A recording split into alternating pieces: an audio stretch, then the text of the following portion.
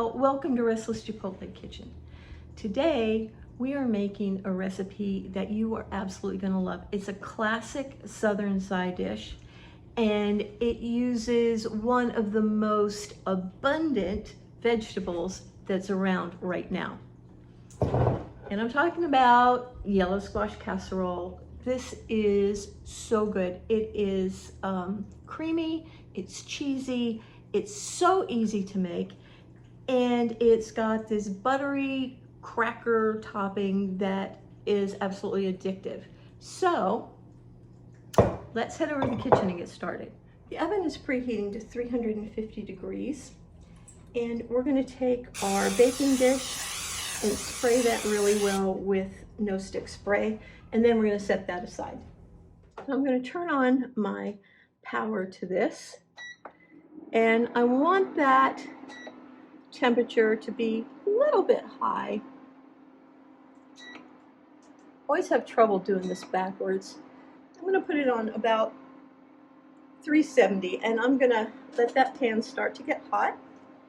And to that pan, I am going to add about 2 tablespoons of olive oil and about 2 tablespoons of the butter, give or take. Once that butter is all the way melted, we want to really kind of let this get hot without browning the butter. So you're going to have to really watch it, and just to make sure that it melts and gets hot, that the butter doesn't start to burn. I'm going to add my bell peppers and my onions. And I ran out of white onions, so I had to improvise with red onions or purple onions or whatever color those onions are. And you're going to let those, just mix those around and let those saute for just a little minute. When you start to be able to smell the peppers and the onions, go ahead and put in your sliced yellow squash. And I probably needed a larger skillet than this, but I think I can make do. We're going to saute this for about 5 to 10 minutes, or just until the vegetables start to soften. They're going to get baked in the oven, but since there isn't a lot of oven time, we wanted to go ahead and soften up and start to cook in the skillet. Besides that, sauteing gives much more flavor than just baking or boiling. So what we're actually doing is adding a layer of flavor that we wouldn't otherwise have. You want to make sure to get the onions up from the bottom and kind of turn them over to the top. The reason is that the onions will burn easily, especially when they're down there where you can't see them. So I try to turn everything over as I stir and get all of those onions and peppers mixed in really well, but also up on the top.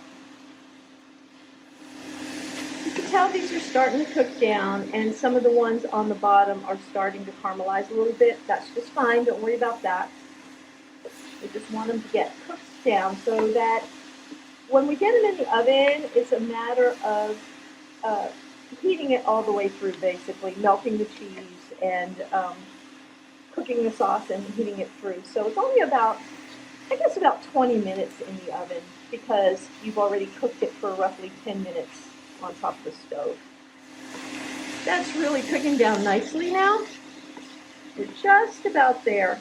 Because this pan was actually a tiny bit too small for all of these, it's taken probably closer to 10 minutes. If you have a bigger skillet where they can spread out a whole lot more, then it's going to be closer to 5 minutes. And it also depends on how thick you cut the squash too, I guess.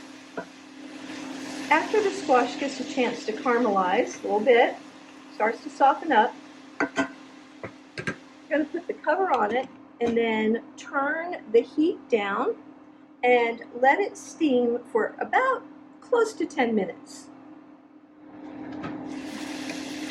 You want to stop every few minutes and give it a good stir. And like I said, don't worry too much if it gets a little caramelized.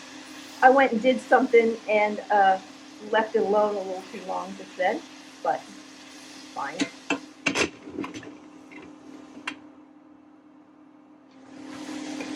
right, that looks about right. You don't want to cook it down to mush. You just want it to be super soft. So I'm going to remove that from the heat, and we're going to do the next thing. And now what we want to do is we want to strain out or drain out as much of the water as possible. So I'm going to put this colander over a bowl. Obviously, if you're in your kitchen, you can just put the colander in the sink. And then I'm going to remove the squash from the skillet and put it in the colander, and then I'm going to set that aside. I'll set that aside for a few minutes and let all of the juices, liquid, drip out.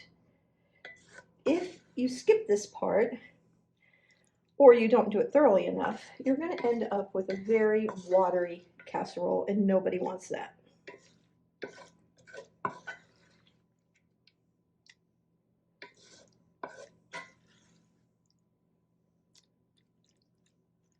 This is also good if you want to make it into a main dish. You can stir in some cooked ground beef or cooked chicken or diced ham. Those are the only three that I would stir in, but I guess if you had venison, you could stir that in. Anyway, adding that meat, adding that protein will turn it into more of a hearty main dish than a side dish. So you want to let it set for at least 5 minutes so it has a chance to drain off that liquid. While that's draining, I'm going to break the egg and mix it up.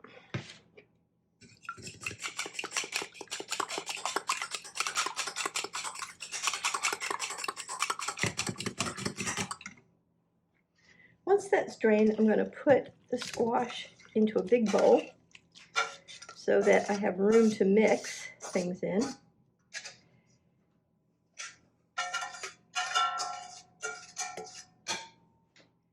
And I'm going to add the sour cream and stir that in so that it has a chance to cool the squash down before I put the egg in.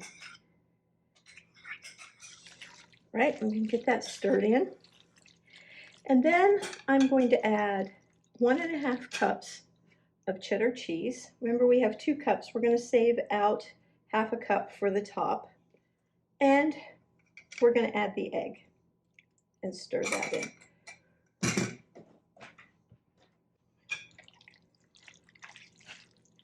You want to do that pretty quickly because there's still going to be a little bit of heat in the squash, and you don't want that egg to turn into a scrambled egg for sure. Go ahead and add salt and pepper to taste.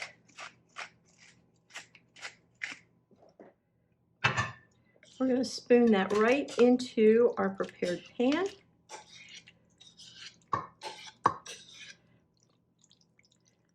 This recipe calls for, I think, an 8-inch square pan, and this is a little bit bigger than that. So it's not going to look like it's as full as it probably should.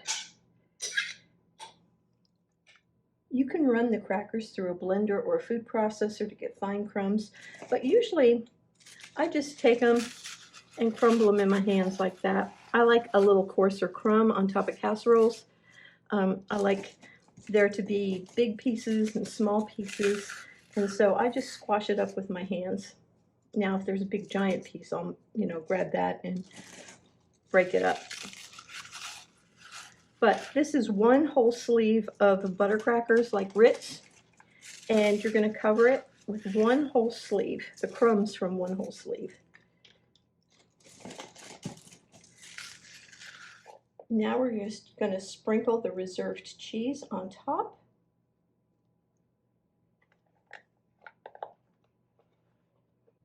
And it's going to go into the oven at 350 for about 30 minutes. Here it is, y'all. It's all done. You can see that that cheese is all melted on the top. There's crispy cracker crumbs. It's buttery. It's just, oh gosh, it smells so good. So I'm just going to cut a square. I always like the edges. How about you?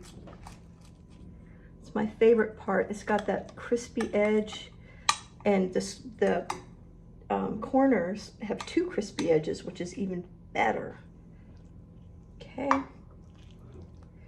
Look at that cheese. So good. And there it is. Grab a fork, and we're ready to eat. Told y'all it was easy. This is so good. It smells so amazing. You can be totally done with it in 45 minutes. And what else are you gonna do with all those bags of summer squash that people are leaving on your front porch right now, right? It's a great way to get rid of it, honestly. You can keep the leftovers in the fridge for about 2 days. Some people say that you can freeze it, but I don't care to freeze it because I think it makes it a little watery, and that's just no-go for me. But the thick cheese topping and the cracker crumbs underneath the cheese, and then the creamy yellow squash and sour cream in the inside of it, oh, so delicious. You've got to try it. If you don't have yellow squash, or if you have a garden and you have an abundance of zucchini, you can feel free to use zucchini in it too. So good. I hope you'll try it. I hope you'll love it. I hope you come back next week. Don't forget to subscribe. I love y'all. Talk to you later. Bye-bye.